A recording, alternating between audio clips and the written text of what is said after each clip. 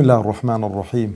الحمد لله رب العالمين، والصلاة والسلام على أشرف الأنبياء وخاتم المرسلين محمد وعلى آله وصحبه وسلم. ربنا هب لنا من لدنك رحمة وهيئ لنا من أمرنا رشدا. ربنا أرنا الحق حقا وارزقنا اتباعه وأرنا الباطل باطلا وارزقنا اجتنابه. ربنا اغفر لنا ولإخواننا الذين سبقونا بالإيمان ولا تجعل في قلوبنا غلا للذين آمنوا ربنا إنك رؤوف رحيم آمين. بنراني برز خوشويست مسلماناني عزيز، سلام و رحمتي خواهی پروردگار برجه بسر همولایک مانده. خواهی پروردگار عاقبت خیر من بکا، سربرز و سرفرازی دنیا و قیامت من بکا، دهاتو من لرابردو من باشتر بکا، بە مسلمانی بمان ژێنێ، بە مسلمانی بمان مرێنێ، بە مسلمانی زیندیمان بکاتەوە. خۆشەویستان، خۆشحاڵم کە لە بەرنامەکەتان بەرنامەی بەختەوەری بە خزمەتتان دەگەمەوە. خوازیارم خوای پەروەردگار بەختەوەری دنیا و قیامەتمان بکاتن و کار و کردەوەی شاراوەمان چاکتر و باشتر بکات لە کار و کردەوەی ئاشکرامان، و خوای پەروەردگار بە گەورەی و عەزەمەتی خۆی ئەو دەرسانش بخاتە تەرازووی چاکەکانی هەموو لایەکمان ئینشاءالله، تەرازووی چاکەکانمانی پێ قوڕس کاتن. خۆشەویستانم، لە حەڵقەی ئەمڕۆدا تەرکیز لەسەر خاڵێکی دیکە دەکەینەوە لەو شتانەی کە دەبنەمایی بەختەوەری ئینسان. پاشەوەی کە لە حەڵقەی ڕابردوو باسی قالب ساغی و تەندروستیەکی ساغ و سەلیمم کرد کە یەکێکە لە نیعمەتە هەرە گەورەکانی خوای پەروەردگار پاشی ئیمان. ئەوجا ئەو قالب ساغی و تەندروستیەکی تۆکمە و تەندروستیەکی باش ئەگەر ئەو خاڵەی دەگەڵدانە بێ ئینسان لەسەری قەرزدار دەبێتەوە، ئەویش ملکەچکردنیەتی بۆ بەندایەتی و عەبدایەتی خوای پەروەردگار تەبارەک و تەعالا. ئەگەر تەماشە بکەن خۆشەویستانم، ئینسان خواوا خەڵقی کردووە کە پێویستی بە پەرستراوێک هەیە. جا ئەو پەرستراوە چ پەرستراوێکی بە حەق بێ، چ پەرستراوێکی بە ناحەق بێ. ئەگەر ئینسان ڕێگای ڕاستی گرتە بەر و هەوڵیدا پەرستراوی بە حەق بناسێتن، خوای گەورەش کاری بۆ ئاسان دەکات و هیدایەتی دەداتن. بەڵام ئەگەر خۆی تالیب نەبوو، نەیویست و پشتی هەڵکرد، ئەوە لاڕێ دەبێ. بەڵام تەماشە دەکەیت لە لایەکی دیکەدا ئەو پەرستش و کۆمەڵە توقوسێک دەکا کە وەکو خۆیان دەڵێن بۆ ئاسوودەی ڕوح و دڵ و دەرونیان، بەڵام نازانن نەخۆیان پێ ئاسوودە دەبن، نە ڕوح و دڵ و دەرونیشیان پێ ئاسوودە دەبێت و عاقبەت شەڕیش دەبن. لەبەرەوە تەماشەکە خوای پەروەردگار تەبارەک و تەعالا لە قورئانی پیرۆزا دەفەرمێ ئەلا بذیکری الله تەطمئن القلوب. ئاسوودەی دڵ و دەروونەکان بەس لە زیکری خوادایە، بەس لە زیکری خوادایە. زیکری خوای پەروەردگاریش هەموو عیبادەت و خواپەرستیەکان دەگرێتەوە. ئەها کە باسی نوێژ دەکا ئەقیمی الصەلاتە لذیکری. ئەوجا ئەو عیبادەت و خواپەرستیانە ئینسان تووشی ئاسوودەیی دەکا، لە دڵە ڕاوچێ و لە نەخۆشی دەرونی و لە زۆر شت ڕزگارت دەکات. پاشەوەی کە ئینسان شایەتمانی دێنێ، گەورەترین عیبادەت کە ئاسوودەیی دڵ و دەرونی ئینسانی تێدا نوێژە و گەورەترین عیبادەت و خواپەرستیە و کلیلی قبولکردنی هەموو عیبادەت و خواپەرستیەکانی دیکەشە. هەر کەسێک نوێژی تەواو بوون، نوێژی مەزبوط بوون، ئۆتۆماتیکیان ڕۆژیەکەشی مەزبوط دەبێ، زەکاتەکەشی مەزبوط دەبێ، حەج و عومرەکەشی مەزبوط دەبن و پارێزراویش دەبێ لەو فسق و فجوورەی کە لە دەوروبەریدا هەیە. لەبەرەوە خوای پەروەردگار دەفەرمێ ئین الصەلاتە تەنها عن الفەحشاء والمونکەر. نوێژی ڕاستەقینە، نەک ئەو نوێژەی کە عادەت و تەقالیدە. لەوانەیە بپرسی بڵێ خۆ مامۆستا خەڵکێکی زۆر نوێشکەرە و خەریکی فسق و فجوور و خەریکی خراپەکاری و قۆڵبڕین و سەختە سیایەتی و هاوکاری زاڵم و ستەمکارانیشە. ئەڵێن ئەو نوێژە نوێژی ڕاستەقینە نییە. ئەو نوێژە نییە کە خوا مەبەستیەتی، ئەو نوێژە نییە کە پێغەمبەر کردوویەتی عەلەیهی سەڵات وەسەلام. نوێژیش وەکو باقی شتەکانی دیکە شەرت و شروعی خۆی هەیە و ئەو شەرت و شروتانەی ئەگەر تێدا نێنەدی خوای گەورە قبولی ناکات، چونکە خوای گەورە پێویستی بە نوێژێک نییە کە ئینسان گۆڕانکاری بەسەردانێتن و نوێژێکە عیبادەت و وەکو بڵێ بەندایەتی تێدا نەبێتن، نوێژێکە لە قالبی لاساییکردنەوە و لە قالبی عادەت و تەقالید و عادەت و ئەوەی باو باپیران نەیهینێ دەرەوە. لەبەرەوەش پێغەمبەر عەلەیهی سەڵات وسەلام ڕۆژێ لە مزگەوت دانیشتبوو بوو، سەحابەیەک ڕەزا و ڕەحمەتی خوای لەسەر بێ هاتە خزمەت پێغەمبەری خوا عەلەیهی سەڵات وسەلام. طبعاً سنەتە ئینسان ئەگەر چووە مزگەوت پێش دابنیشی 2 ڕکعات سنەتان بکات، ئەوە سنەتی پێغەمبەر عەلەیهی سەڵات وسەلام. 2 ڕکعات سنەتی کردن هات سەلامی لە پێغەمبەر کرد عەلەیهی سەڵام، فەرمووی ئەسسەلامو عەلەیکە یا ڕەسوول الله، فەرمووی وعەلەیکە السەلام وەڕەحمەت الله وبەڕەکاتوه ارجع صلی فإنك لم تصلی. فەرمووی بڕۆ، سەلامی لێ وەرگرتەوە، فەرمووی بڕۆ نوێژەکەت بکە، نوێژت نەکردووە. خۆ نوێژی کردبوو ئەوی 2 ڕکعات نوێژی کردن، سوزدەی بردبوو، ڕکوعی بردبوو، هەڵدەستاوە، فاتحای دەخوێن، سوڕەتێکی دیکەی دەخوێن، بەڵام پێغەمبەر دەفەرمێ ارجع صلی فإنك لم تصلی، بگەڕێوە نوێژ بکە، نوێژت نەکردووە. دیسان چۆ دویسان 2 ڕکعات نوێژی دیکەکردنەوە چەند؟ ئەوە 4 ڕکعات. ئەو 4 ڕکعاتەی کردن دیسان هات السلام عەلەیکە یا ڕەسوول الله وعەلەیکە السلام وەڕەحمەت الله ارجع صلی فإنك لم تصلی، بڕۆ نوێژ بکە، نوێژت نەکردووە. دیسان گەڕاوە بە بێدەنجی. بە هەمان شێوە 2 ڕکعاتی دیکەی کردن چەند ڕکعاتەوە؟ 6 ڕکعات بە حزوری چێ؟ بە حزوری پێغەمبەری خوا عەلەیهی سەڵات وسەلام. دیسان فەرمووی سەلامی کرد، هەموو جارێ سەلامی لێ وەردەگرتەوە، نە لێی تووڕە دەبوو، نە پێش سەلامێ بکاوە پێشی دەکەوتەوە بەس فێر نابی، بەس پێی دەفەرموو ارجع، بگەڕێوە، صلی فإنك لم تصلی، بگەڕێوە نوێژ بکە، نوێژت نەکردووە. ئەو جاری سێم کە 6 ڕکعاتی کردن، پێغەمبەر دەفەرمێ نوێژت نەکردووە، 6 ڕکعاتیشی کردوون. فەرمێی پێغەمبەری خوا بەخوا لەوەی چاکتر نازانم، تەوەرە دانیشە با فێرت کەم. ئەگەر چوویە فاتحات خوێند و ڕۆ قیبلە ڕاوەسای تەکبیری ئیحرامت کرد، فاتحات خوێن، هاتیە ڕکوع، لە ڕکوع ڕاوەستێ، پەلەپەلی مەکە، چکە ڕکوع و سوجودی تاو نەبوون، هەر دەهات و هەڵدەستا، وەکو چۆن قەلدم چی لە ئاوێ دات و لەوەی دات و ئەوە بکاتن. فەرمووی ڕاوەستێ با حەرەکەت لێ ببڕێتن، ئەو جاکە هەستایەوە با حەرەکەت لێ ببڕێتن، ئەو جاکە توێ سوزدەی ئەو نێوچاوانت دەگە، ئەو سەرە لوتت ڕاستاییت لەسەر عەرزی دانێ، بەلای کەمی 3 جاران ئاوا لەسەر خۆ بڵێ سبحان ربي الأعلى وبحمده، سبحان ربي الأعلى وبحمده، سبحان ربي الأعلى وبحمده. هەر دوعایەکی دیکەش بکەی دروستە، چونکە لە هەموو حاڵەتێکیدا ئینسان کە نزیکترە لە خوای لە کاتی سوزدەیە. فاسجد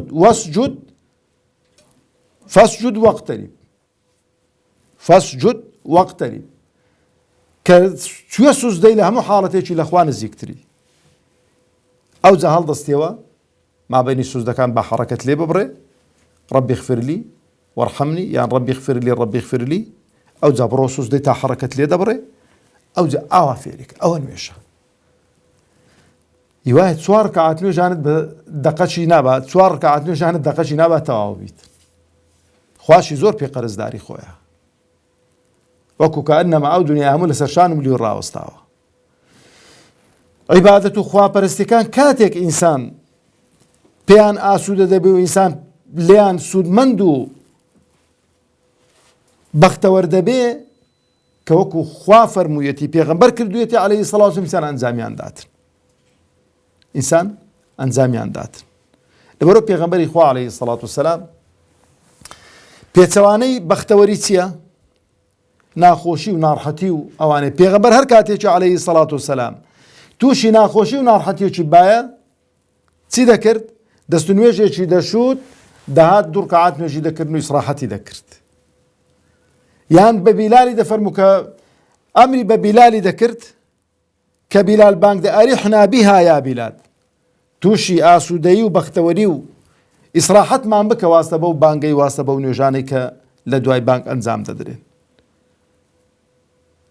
لەبەرەوەش تەماشەکەن ڕوحی ئینسان پێویستە تو هەوڵ بدەی بەختەوەری کەی، ئاسوودەی کەی. جسمی ئینسان بە چ بەختەوەر و ئاسوودە دەبێ؟ بە تێرکردن.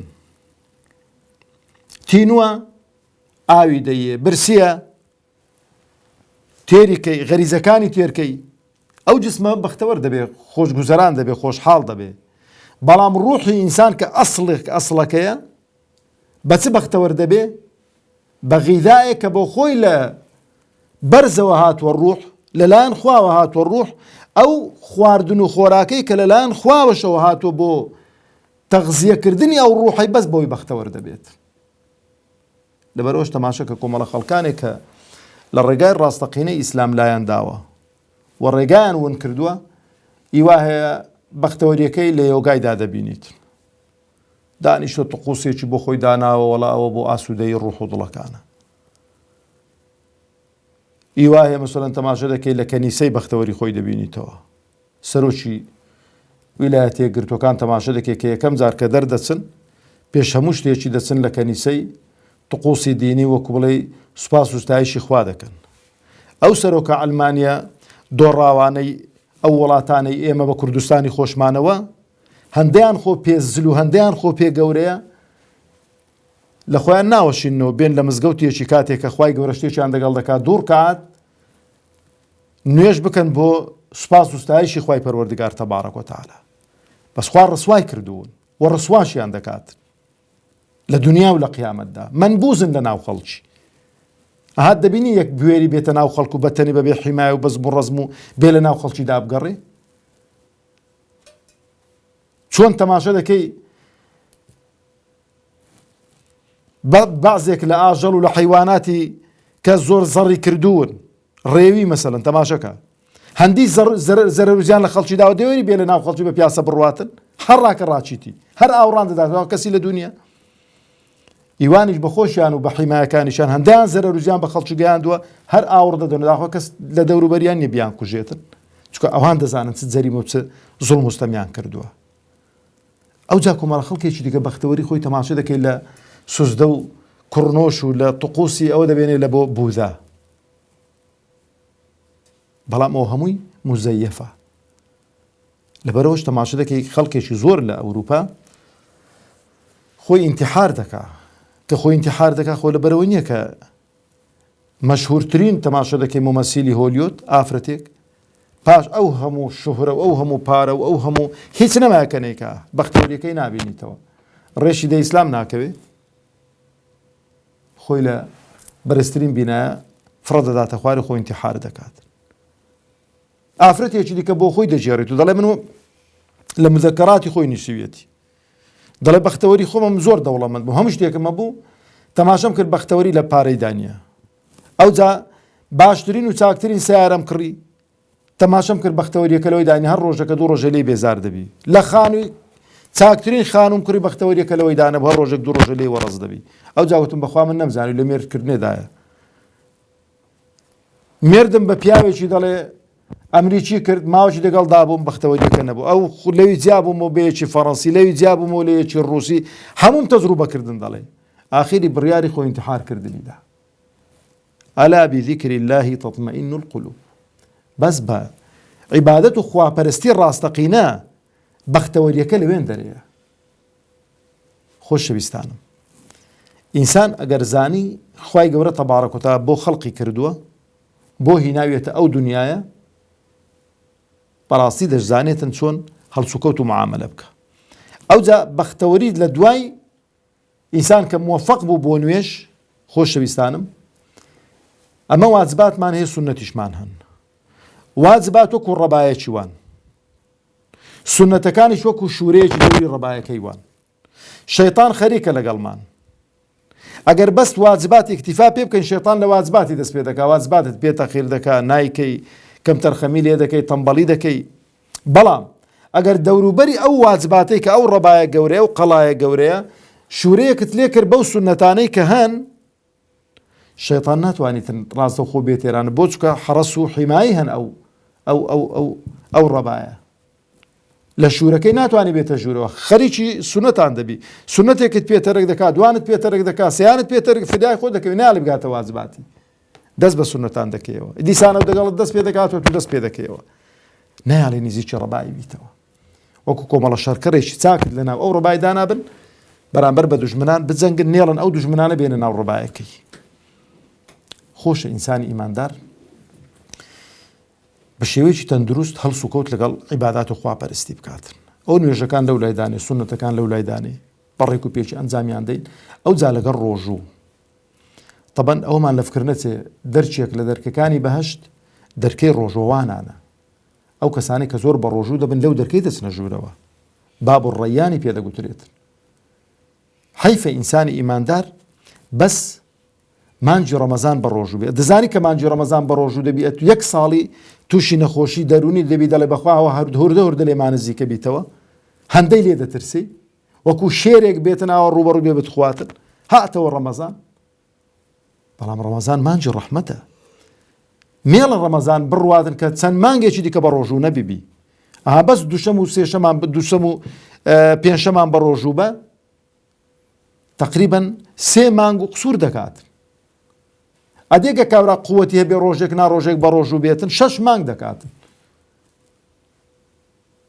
ئەدێگەر ئەیام البیض مەسەلەن دەبینی کابرا و تااقەتەی نییە 13 و 14 و 15 بە ڕۆژوو بێ 2 مانگان بە ڕۆژوو دەبێ بەلای کەمی بێزگە لە ڕەمەزانێ ئەدی ئەو ڕۆژانەی کە مناسەبەن عاشوڕایە و تاسوعایە و ئەیام بڵێ ڕۆژی عەرەفەیە و ئەو ڕۆژانە هەمووی ئینسان ئەو تام و چێژ و لەزەتەی خۆ بەڵێت و تێنی دەبی برسی دەبی بەڵام تام و چێژ و لەزەتی خۆی لێ دەکەی ئەو جا زەکات دان ئیطمئینانە ماڵت پاک دەبیتەوە لە تووشی بەختەوەری دەبی تەماشە دەکەی سود و قازانجت بە خەڵکی گەیاندووە بەڵێ حەقێکی شەرع دەرت کردووە بەڵام خۆت پاراستووە لەو هەڕەشەی خوای پەروەردگار کە دەفەرمێ الذين يكنزون الذهب والفضة ولا ينفقونها في سبيل الله فبشرهم بعذاب أليم ئەو عەزابە ئەلیمە ئەگەر هەموو سەرەت و سامانی دنیاهی من و تۆ بێ بەس زەکاتی شەرعی لێ بدەی لە کەنزەکەی تێدەپەڕیتن کەنزەکەی بەسەردانان سەپێتن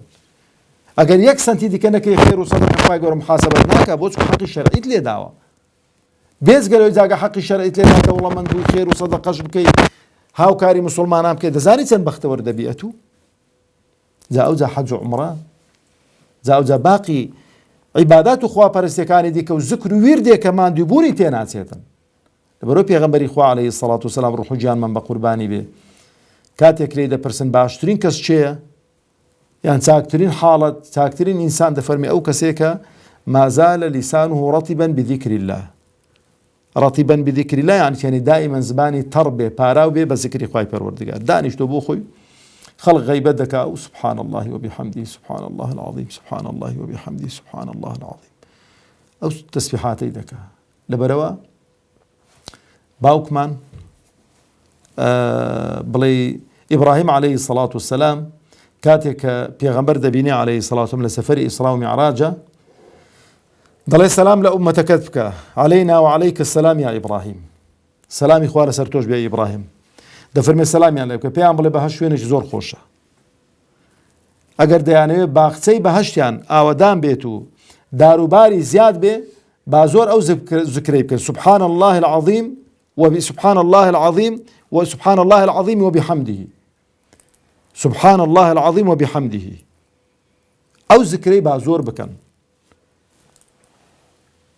درەخت هەر جارێکی بڵێ سبحان الله وبحمده سبحان الله العظيم دەفەرمێ دارێکیان بۆ لە باخچەی بەهەشتێ دەڕوێت ئێوە چێ دەکەوێت باخچەکەت وردە وردە فراوان دەبێت ئەوە هەمووی مای چی ئەو شتانە مای دروستکردنی بەختەوەرین ئەو چەند حەڵقەی کە ڕابرد باسی شتە ڕوحیەکانمان کرد زیاتر ئەگەر تەمەەن باقی بێ ئەو جارەی باسی شتە مادیەکان دەکەین کە بەختەوەری ئینسان لە شتە مادیەکان چۆن مەیسەر دەبێ وچۆنیش بەردەوام دەبێت وصلى اللهم على محمد وعلى آله وصحبه وسلم